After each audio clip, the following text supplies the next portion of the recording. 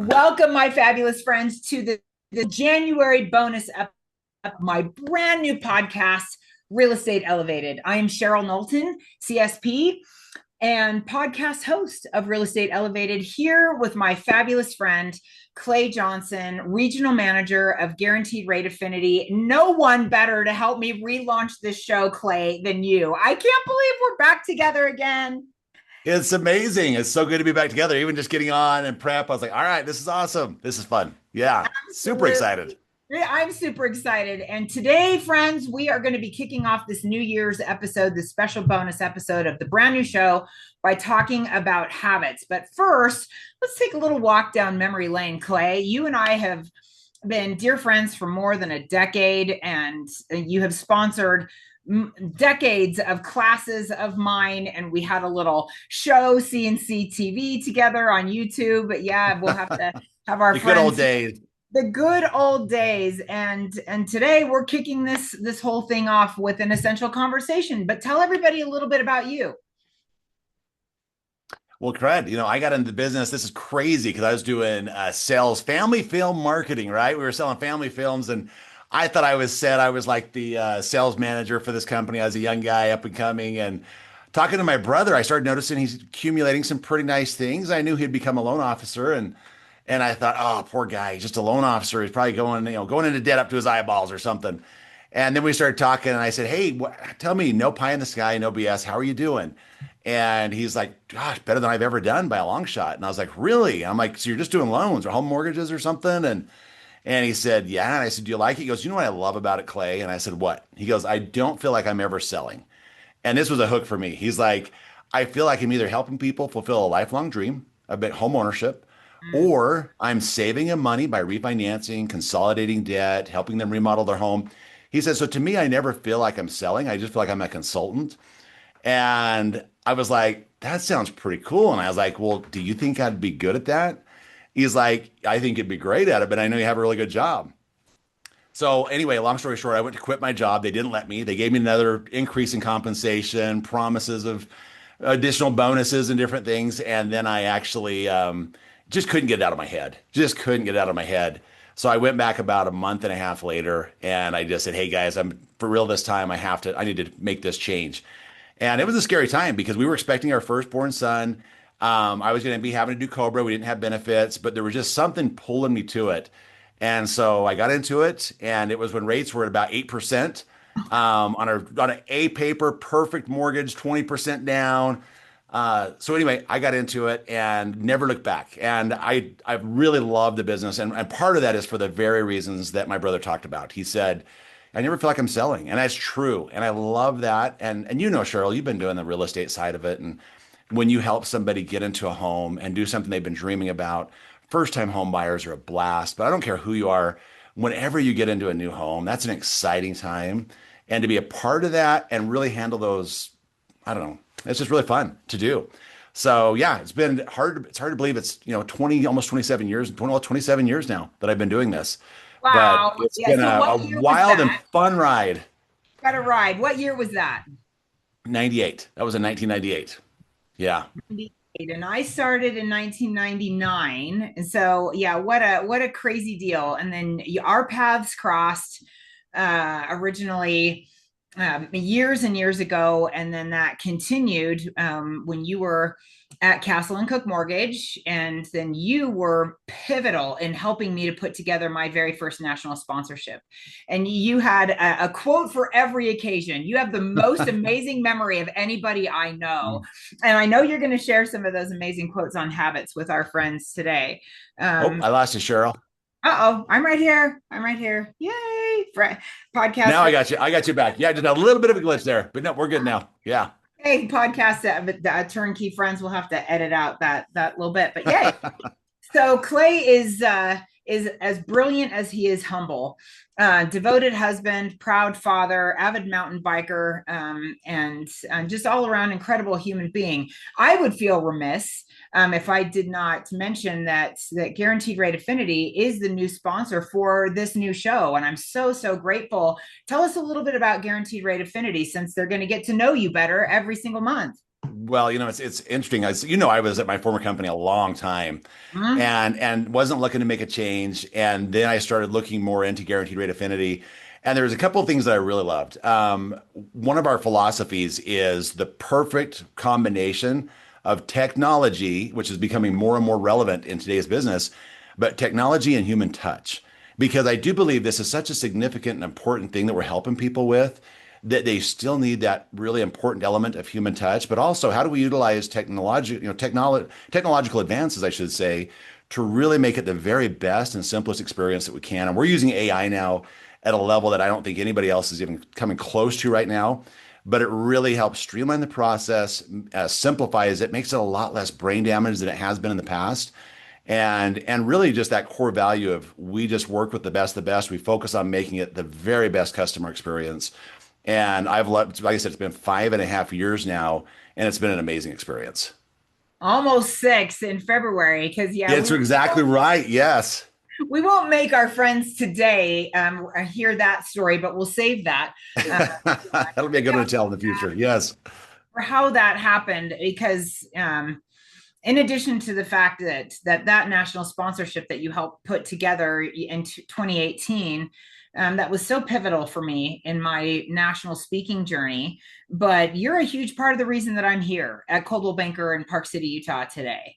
And we'll save that story for our friends for another time. But just yeah, you've just been it's going to make me emotional. You've been such a huge part of my personal and professional journey, Clay. I'm so grateful for you. And you're the perfect person to help kick off 2026 and our maiden voyage of our new show. So yay, Yes. Yeah. let's do it. Before we do that, though, I had written myself a note. Occasionally, since we're recording the video of this, friends, you'll see me looking down for a second.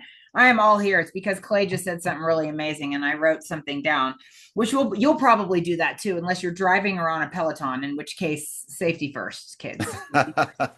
But guaranteed rate affinity, when you went over to them, they're no small player nationally. Right. They are a nationwide lender and top five. So if you take the whole guaranteed rate family, we're the number 2 retail lender in the nation.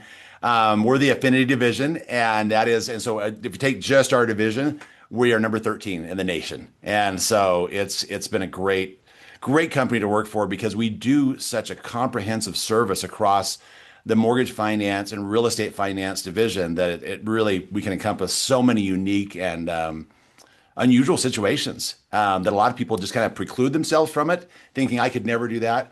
And so we do some really great and creative, good stuff to help people realize that homeownership dream.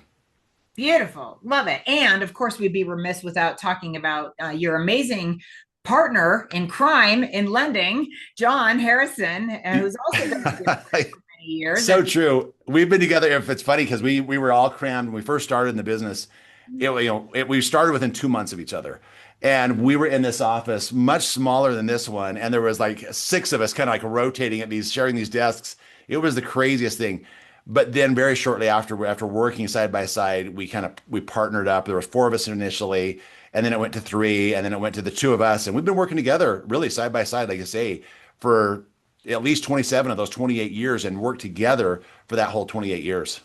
Wow. And now you're opening crumble franchises all over the country and taking the world by storm. And in the Yep. meantime, helping me to be able to realize my own dream of home ownership, which will be a journey, friends, that you'll get to go on with me as I'm looking to sell my home of 24 years. Have a lot more empathy for our buyers and sellers on this journey. And of course, Clay and John are helping me with my mortgage. So yay. Which is awesome. We're stoked. Yes. I am stoked too. And talk about the empathy side of things. Yeah, we'll get to that as we go on this journey. We'll get to that. I'll have a lot more news for our February special episode. But back to habits. Today, Clay, we are going to talk about how to build them, how to break the ones that hold us back, and how to build a real estate career and a life that is grounded in daily excellence, which I know you can speak to from a position of strength and leadership for sure. So, thank you for sharing a little bit about the backstory and your journey into mortgage. Let's talk a little bit about real estate education. You've been passionate about helping professionals to become um, efficient, effective, and educated. And where did that passion for real estate education come from? Well, I think a lot of it is you see in the industry when we first got in the industry, Cheryl, there was kind of the wild, wild west. There really wasn't any licensing, there wasn't any, testing or anything. It was just kind of crazy. You print a card and you're a loan officer. And of course, that's evolved significantly since then. Yep. Back then, I saw just a lot of people that were just not doing a great service for people. And so it Mhm. was really how do we take the best practices and this is for most people, unless they're a business owner, like we talked about, this is the largest investment they've ever made. There's a lot of emotion that goes with that.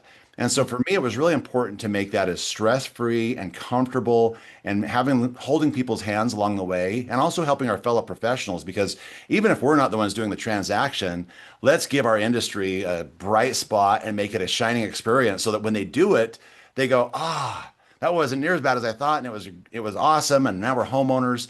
And so for me, it was really helping to implement best practices, kind of across the board in the industry. And I wanted to help the industry that way. And so whenever I have an opportunity to share my many years of experience and what I've learned works really well for us and what most people appreciate, I love being able to do that. I love that you said all of that because I started in 1999 in California, which is where I'm from. But that my journey has been backwards from the very, very beginning. But and I started on the mortgage side, but I had to have a real estate license in order to become a mortgage loan originator, which I thought at that time was the stupidest thing I had ever heard. And I was so frustrated. I thought, oh my gosh, this is I don't have time for this. My first real estate school, pre-licensing school, came in a cardboard box of videotapes. Remember those? Oh, yes. Yeah. You go to the Smithsonian and see those now, and the younger generation's like videotapes. I think my VHS. What's that? Yeah. VHS. I think my parents have some of those in their basement. Yeah, Little Mermaid. It'll be valuable someday, they said. There was no required seat time, Clay. None. Which is Wow. why you probably can imagine the failure rate for first time test takers for the California real estate pre-licensing exam was like 78%. Yeah. I can't help but think that was because it was a combination of the fact that for some people in California, English is not their first language. And the Mhm. test, a lot of times, is testing how well you take tests for Yes. That's very true. Even today, there's still some truth to that. Yes, for having sure. written the real estate exam. Yes. Yeah, I can attest to that a little bit. But I also think that there was no required seat time was strongly correlated to the fact that the failure rate was so high. And I made a decision, talk about excellence and habits, very early on that first of all, I was going to play by the rules. I wanted to make Mhm. sure that I was not relocated to a federally or state gated community. Very important to me Yes. from very early on. Important decision for us to be able to make as we're talking about habits. But I decided that was not going to be me, that I was going to do whatever it took to make sure that I passed the first time. And I did. Yeah, spoiler alert, I did. And that's not to say for our friends who are listening who it took them more than once or twice or 10 times. One of the best agents I've ever known in this industry, it took him 19 times to pass Wow. his state Yeah. exam. Yeah. It was But not it's Utah. true. Yeah, and then you start getting in your own head, and that's a whole nother conversation. But that was an important decision for me to decide early on that I was going to do it right and that I was going to make sure that I passed the first time. And then I Mhm. moved to Utah. My company that I was working for, even from those very early days, was in Utah. And when I moved back, exactly what you talked about, Clay. There was no pre-licensing requirements. There was no pre-licensing exam. There was nothing. You would Yeah. drive down to the state, to the Utah Division of Real Estate building in Salt Lake City. You'd fill out a one side of one page application, sign it at the bottom, Yep. write them a check Yes. with your videotapes, right? For $168, and you'd pass that over to them and they would pass you back a license, and then you'd print your business cards and off you go on your way. And there was so much um, ridiculousness, very low bar of of what was happening in the mortgage side, and then I also noticed on the real estate side, which was very, very pivotal to my entire education journey, which has brought us together. So yay, here we are. Woohoo. Yeah. Awesome. So let's talk about habits. The new year's here. Everybody's talking about goals and vision boards and resolutions. And from the one of the very first times you ever sponsored a class for me, you shared a quote from memory, by the way, about habits that I absolutely love. So since recording this on, you can do the whole thing of all of it. So take it away. I'll let you do your magic. Well, it's interesting because every now and then you hear a quote or you see a painting or there's something that really stands out to you and you say, I've got to have that painting. I need to have that quote on my wall. I need to have that memorized, and it becomes a core part of who you are. But this one Mm. really resonated with me. And of course, we've kind of given up the ending of it a little bit, but it starts off and it says, I am your constant companion. I am your greatest helper or your heaviest burden. I will push you onward or drag you down to failure. I am completely at your command. Half the things you do, you might just as well turn them over to me, and I will be able to do them quickly and correctly. I am easily managed. You must merely be firm with me. Show me exactly how you want something done, and after a few lessons, I will do it automatically. I am the servant of all great men and the loss of all failures as well. Those who are great, I have made great. Those who are failures, I have made failures. I am not a machine, though I function with all the precision of a machine, plus the intelligence of a man. You may run me for profit or run me for ruin. It makes no difference to me. Take me, train me, be firm with me, and I will place the world at your feet. Be easy with me, and I will destroy you. Who am I? I am habit. Yes, not AI. I heard what you were thinking out there, friends. It's not AI, it's habit. Look at habit. I've heard my spouse. It's my gut feeling, the Holy Ghost. You get these different things. Money. Yeah, Yeah. buddy. Intellect. So, and it's Mm-hmm. really interesting when you think about it. There's so many things that we do automatically every day that are just part of our habits, and habits can be hard to develop, but they can be even harder to break. And that can be for the good or it can be for bad, like we talked about, like it says in that quote. So if you think about it, one of the key things I tell people, I'm like, lace your fingers, right? And notice which thumb is over which thumb. Okay, now take it apart. And I'm like, let's do spirit fingers, bring it back together. Notice which thumb is over which thumb, same one. Now switch. How does that feel? Awkward. Weird. Yeah, it's like, I hate that. Uncomfortable. Same thing, folding arms is funny because you have people try to switch that and they're like, uh, so it's like, switch, just folding arms. It's like these simple little things. Most people put the same sock on every day. They don't realize it. They put the same pant leg on. They put the same sleeve on and they do it first. And it just The same happens. shoe. You were the Same one who taught me, shoe. and I was like, I'm doing that. I'm you put it. Yes. It's all subconscious. We're just doing it and it's happening. So the key is how do we get those habits to be good ones? The autopilot habits. How do we train our autopilot habits to be good ones? And there's some really good things we can do physically, mentally, emotionally, spiritually, business. I mean, obviously, those habits become paramount to our success. And every first of the year, here we are coming up, with the first of the year, and it's like, all right, what are my new habits going to be this year that are going to make me be more successful? And how do I make positive ones make those very consistent?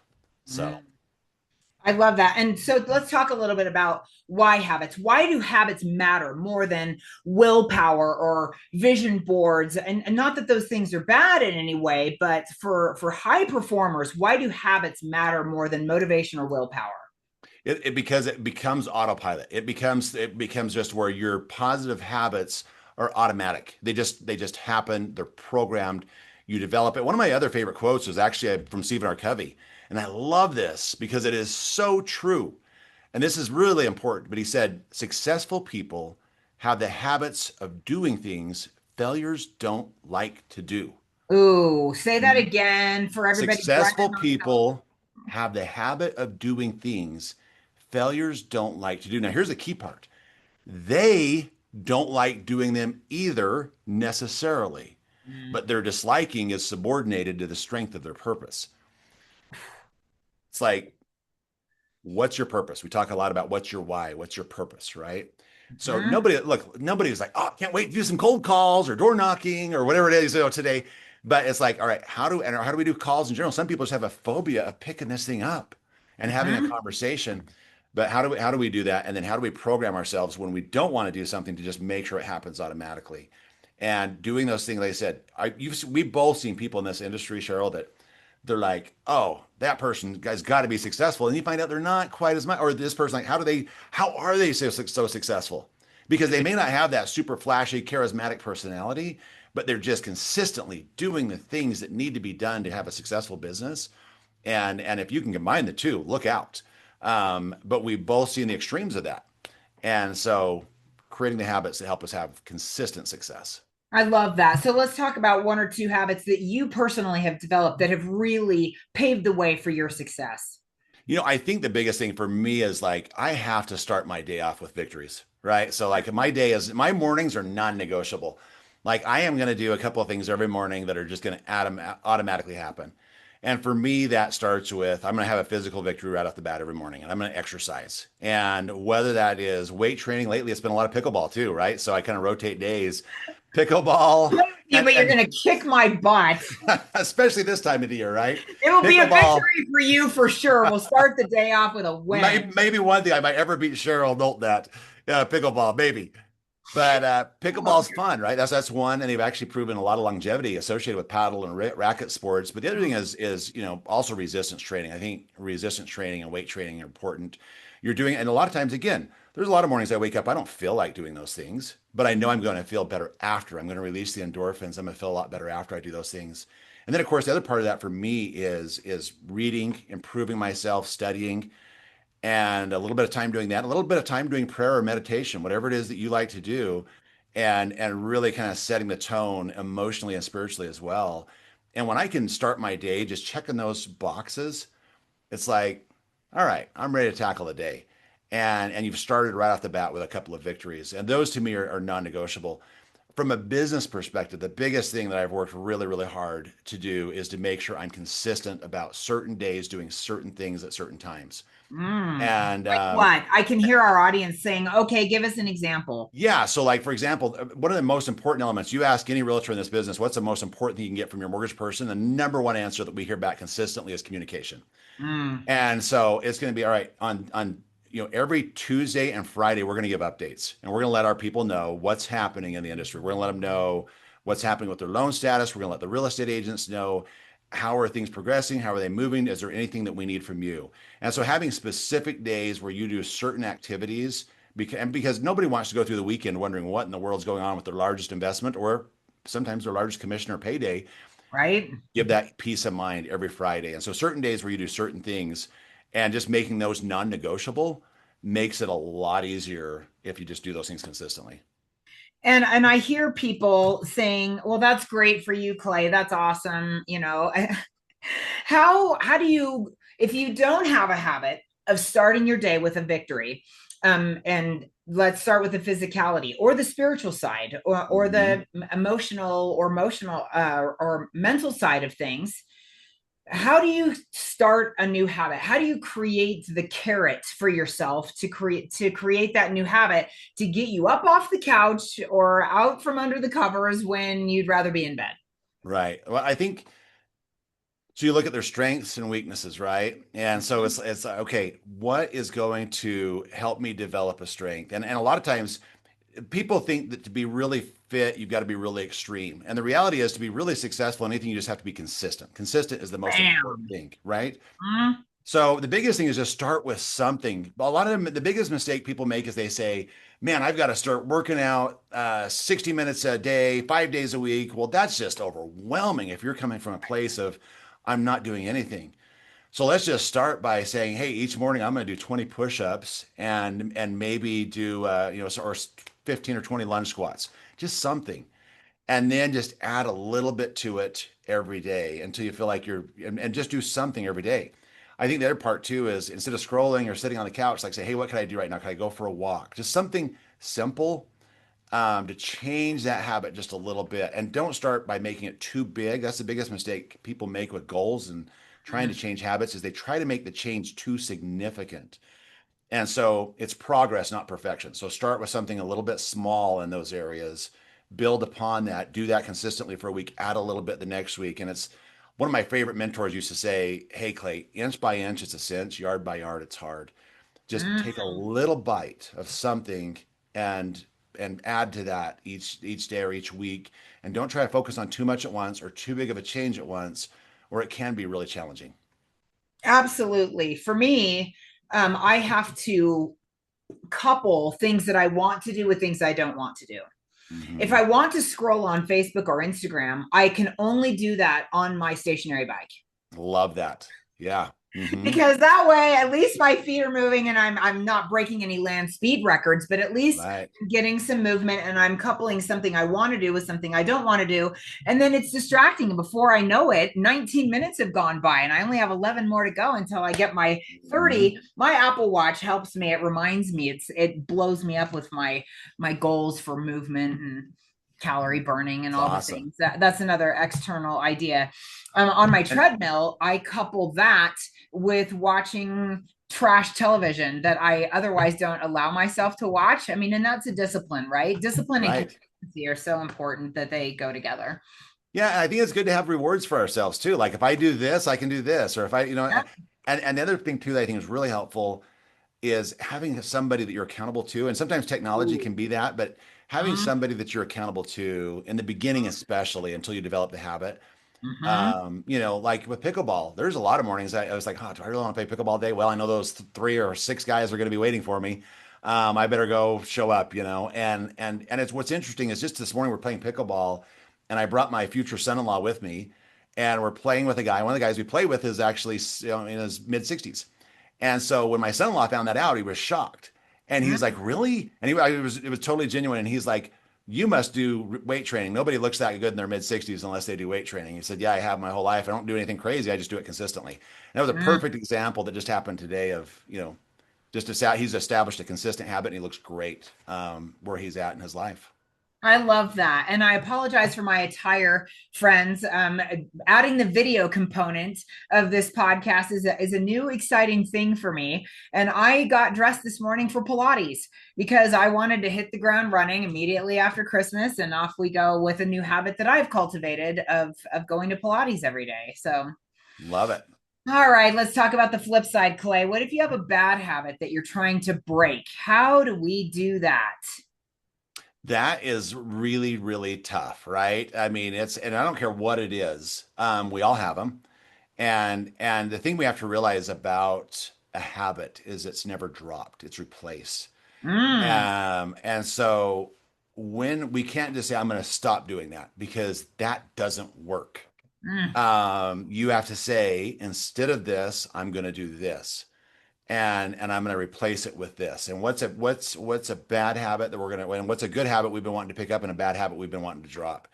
And again, making sure the effort's not going to be monumental to replace it in the beginning, because that can make, but just how do I replace a habit? Because you're not just going to drop it. And that's the biggest mistake people make when they try to stop doing something that's destructive or harmful or not effective is replacing it with a better one. You have to have very strategic about what am I going to replace it with. I love that. And I think for me, having made the decision of what that thing is going to be beforehand, rather than being in the weak moment and like, forget it, and then going back to doing the thing, for me, very hard habit to break. When my dad married my stepmom, that was such a stressful time for me because she hated me. Some of our listeners have heard that story. I know you have. And Mm-hmm. one of the bad habits that I then cultivated that I'd never ever had before was I started biting my nails. Mm-hmm. And I became an Olympian at biting my nails. I anything that's worth doing is worth doing all the way, worth doing Right. right. And so I was spectacularly good at biting my nails. And I tried all the things. I tried painting them pretty, and that didn't help. I tried painting disgusting tasting stuff that my grandparents gave me to try and help me. I mean, everybody was like trying to help me. And I just got over the fact that it tasted disgusting because I wanted so very desperately to bite them. Yeah. It wasn't until I started getting acrylic nails, like having this literal barrier that I can no longer nibble anymore, Right. got me to stop. And so as a result, I mean, I've got my first set of acrylic nails probably I was 21 years old. Hmm. And, I'm not 21 anymore.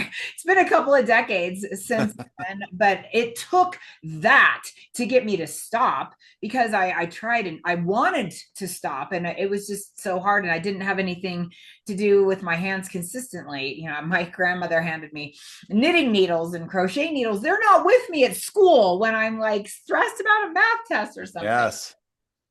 Yeah, having it right there. Yeah, it's so true. And the other thing too, and the reason we sometimes default to those things, we're dealing with stress, we're dealing with anxiety, we're doing negative self-talk. And then, but that's a whole other topic. But like Mm, if we can turn that off and create interrupters when we have negative thoughts about ourselves or we say negative things to ourselves, and it can be surprising. I think some people are very surprised when they start listening to their inner dialogue, how negative or down-putting, and I'm not very good at this, or I'm horrible at that, or I'm not, I think just creating a buzzer in our mind, like, like that, no, that's shutting off, and then saying something. And I think that's where it's really good to have, like, positive self messages, affirmation statements, things of that nature that we can read and say to ourselves that go, okay, now I feel better. And that helps with some of those habits that become stress relievers, like the nails and just, I had a good friend that would, you know, pull out their eyebrows and eyelashes and different things and when they got really stressed. And so, yeah,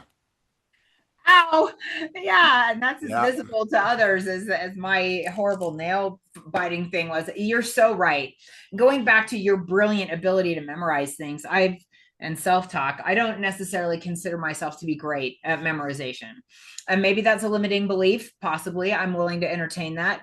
But years ago, when I worked for a different real estate company, and I was on the leadership team. Every morning at 7 a.m., we had what they called morning ascent. And we would read through the exact same list of affirmations out loud, very energetically, and with music and high fives and the whole mhm, shebang.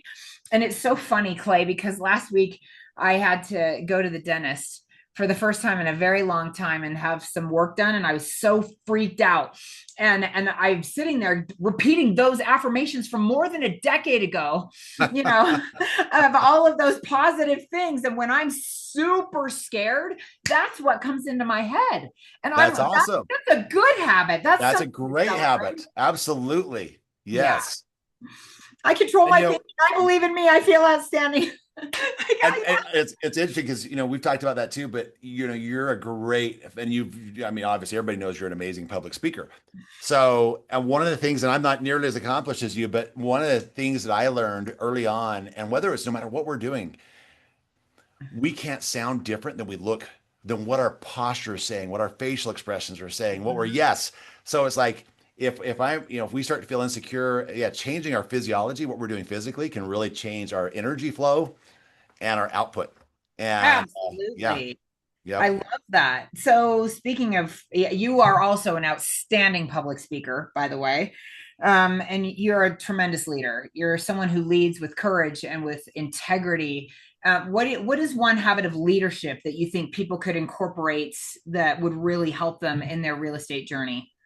I think one of the key things for me that I've realized through the years is don't be willing to ask someone to do something you wouldn't be willing to do yourself if it made sense, right? Like, um, so sometimes you just know we've all had those leaders that they delegate because they think they're above something or they, Yes. you know what I'm saying? Mhm. So I think one of the key things is showing people you're willing to do the hard things but you're also strategic about utilizing your time effectively. So there's different roles that two different people play, but also just letting people know that you're not above things, you're not above them, and be willing to do the hard things and lead by example.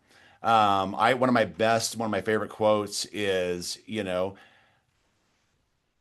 preach, preach. Well, it's a religious one, but it's preach my gospel and when necessary, use words, right? So it's like do rather than talk about something, show them how to do something and use words when needed. But I think that leading by example is such an important aspect. I love that. And I think anybody who knows me knows what a avid Disney fan I am. And now you can see some of the a fraction Oh, of yes. that in my office. But that is such an important principle that Disney leadership has instilled in their cast members. And that is the picking up of trash. First of all, they make it very easy for people to throw away their own trash, which is Mhm. ideal and no more than 6 feet apart. But then no matter how high you are in management, no matter what role you fill, what title you have, every cast member who sees trash on the ground is supposed to pick it up and throw it away. And it's not like, oh, that's beneath me and, the little people are going to do that. We all do that. And that is part of the Mhm. culture that none of us are above cleaning up trash. And then we have a Yes. beautiful, clean space. Yep. So, yeah, love that. All right. Last question before the lightning round. Are you ready? I'm ready. You are an avid mountain biker. Yes. Yes. Yep. Yep. Yep. Another thing I will never compete with you. Anything on two wheels, really. I love, road biking, Anything mountain on biking. two Yeah. wheels. Yes. Yep. Motorbiking. Yeah. Any of it. Yeah. Any of it. How does your time on the trails influence your mindset and your approach to business or life? I think the big thing is it's good to have that outlet. It's like we need things to quiet the noise in life. And for me, mountain biking, road cycling, being out doing those sort of things is a way that I can quiet the noise because we constantly have distractions and the phone's going off nonstop. There's texts, there's phone calls, there's emails, and being able to get away from that. And I think the same thing is true when and that's a great way just in general to release those endorphins and to quiet the noise of life. And sometimes the same thing is true when we're working and we're super stressed and we're trying to reach a deadline and we're really anxious about it and our mind is frazzled. Sometimes we just have to step away and take a walk, change the environment, change the scenery for a minute, and then come quiet that noise and then come back in. And it seems almost counterintuitive. You're like, I don't have the time to do that. I'm too stressed. I got to get this done. I don't have time to step away from my computer. But sometimes it's the very thing that we need is what can we do to quiet the noise and the crazy activity that's happening sometimes. And Mhm. so I think, for me, that has been the big thing is just being able to do that reset, refocus. Love it. Love it. Love it. All right. Lightning round. You ready? I'm ready. Let's All do right. it. What is the one habit that all top performers in real estate have? Communication, consistent communication, thorough, active, solid communication. Take them behind the scenes, let them know what's going on, show your value, but communication over and over again is, I think, absolute. Agreed, especially when it's hard, Yes, especially when you're especially when it's delivering hard. bad news. Mm-hmm. Yep, that goes back to successful people have the habit of doing things failures don't like to do. You're right. It's doing the hard things when they need to be done. Do the Yep. hard things when they need to be done. Love it. One book you recommend starting the year with? Oh, good to great. I love it. Good to great. Yes, get the right people on the bus, have the right people around you, focus in, hedgehog theory, make things happen. Yeah, good to great because a lot of us are really good in our business, but to be great, there's some simple consistencies that need to happen and make your business great. Love that. Awesome. One habit you're personally working on right now. Ooh, that's a good thing. Honestly, for me, it's a breaking of habit, right? Because I sometimes if I get into a really good Netflix thing, it's like, oh, we've all done this, right? Like one more episode, one more. So it's literally, I think for me, it's one thing I'm trying to change is limit it to what I say I'm going to start with. So if I say I'm just going to do one episode, stay with one episode. If I say it's 2 episodes, stay with 2 episodes. So for me, it's like sometimes I feel like that's a little bit of a time burn. And honestly, that's something I need to tighten up is set the boundary before I start it and then stick with that boundary. Okay, maybe that would be a good one for me as well. Not saying it is, but yeah, guilty as charged right there. I love it. Anything else that you've talked beyond what you've talked about, a non-negotiable that you will not go a single day without, no matter what? I think connection with my family. I think we've got to stay connected with our family and the people that matter most. And so sometimes it's busy, we're distracted, we're stressed, we're worried, we're a deadline oriented business. And so again, it's that reset, right? Connect with our family in a meaningful way. So for me, whether it's my wife, one of my children's, even my sons-in-law, daughter, it's just who can I connect with and make sure those connections stay tight. Those are non-negotiables because they make me a better person. They keep those relationships strong and they remind us of our why we're doing things every day. Mm, beautiful. Love that. Last question, drum roll. All right. What's one thing you hope every realtor listening remembers as they start 2026? I think just remembering that we can improve a little bit at a time and to choose one or two things and never more than three things at a time that we're going to work on. People, it's just kind of like say, hey, month one, I'm going to focus in on this. These are the habits that I'm going to establish in month one. And don't let too much noise come in because you won't do good at any of them. I think really we work good in threes or less. And depending on the complexity of what we're going to be working on, focus on one, two, or if they're not too complex, three things, but never more than three at a time and master those before we move on to the next. I love that. I absolutely love that. When I was new in this industry in 1999, I had the incredible blessing, privilege, opportunity to meet someone who changed my life. He has ghost written all of my books, co-authoring my next one. He was a regional vice president of a title company at that time. And the first piece of advice I was given when I was new in this industry was from him, Chuck Miller. And he said, surround yourself with people who are going to make you look great. Mhm. We've he's still my best friend to this day. We've modified that because it sounds like surround yourself with attractive people, which Clay fits that bill. So that's a check No, box. you've already failed out. No. But yeah, Chuck changed it when I was speaking not long ago to surround yourself with people who make you better. And I love that. And you are so very much that for me and for everyone that has the privilege of working with you, Clay. Where I'm so excited that we get to do these bonus episodes together every single month. Yay! Yes, love it. Awesome sauce. All right. So in the meantime, how can people find you, connect with you? We'll have our team put it in the show notes so that people can find you and connect with you. Yeah. So email is clayj@grarate.com. And then, of course, phone number is 801-592-5448. And then you can also do guaranteedrateaffinity.com/Clay Johnson. And yes. It's a brave leader who puts his cell phone number out into the World Wide Web.